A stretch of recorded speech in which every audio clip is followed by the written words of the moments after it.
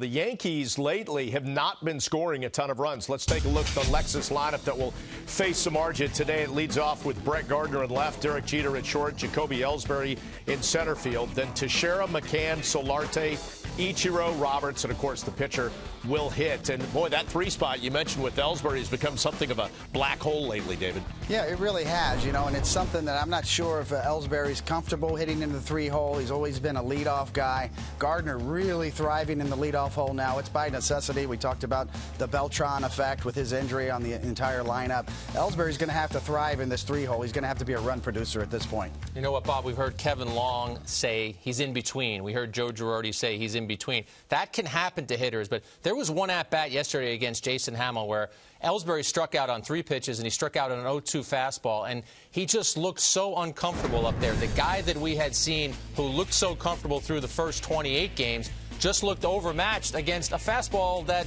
Hamill doesn't overmatch guys with his fastball. He overmatches them with other things. So the Yankees really need this guy to get going. And I know we show those numbers about whether he's hitting third or whether he's hitting leadoff. I mean, after the first at-bat, it doesn't really matter where you are in the lineup. So really is an onus on him to get things going. And by the way, we're going to know a lot more about Ellsbury's future and the lineup's future with Carlos Beltran on Monday. He's going to swing a bat. If it's not good, he might have to have surgery. Then the dynamic changes. You've got to accept the fact that you might be in that three hole for a long time. Yeah, I mean, when you look at the overall picture, everybody's talking about the rotation and the 3 injuries and CC Sabathia. It's really Beltran's effect on that lineup. If you remember, Beltran looked like the best player in the American League when he busted out early in the year. I mean, run-producing power, switch hitter. He just lengthened that lineup. He is a huge part of this injury roster going on now with the Yankees. And, I'm looking at his status more so than Sabathia. Sabathia's going to come back at some point unless he needs season-ending surgery, which I doubt with that type of procedure. You look at Sabathia as kind of a second-half guy, July. You'll get him back.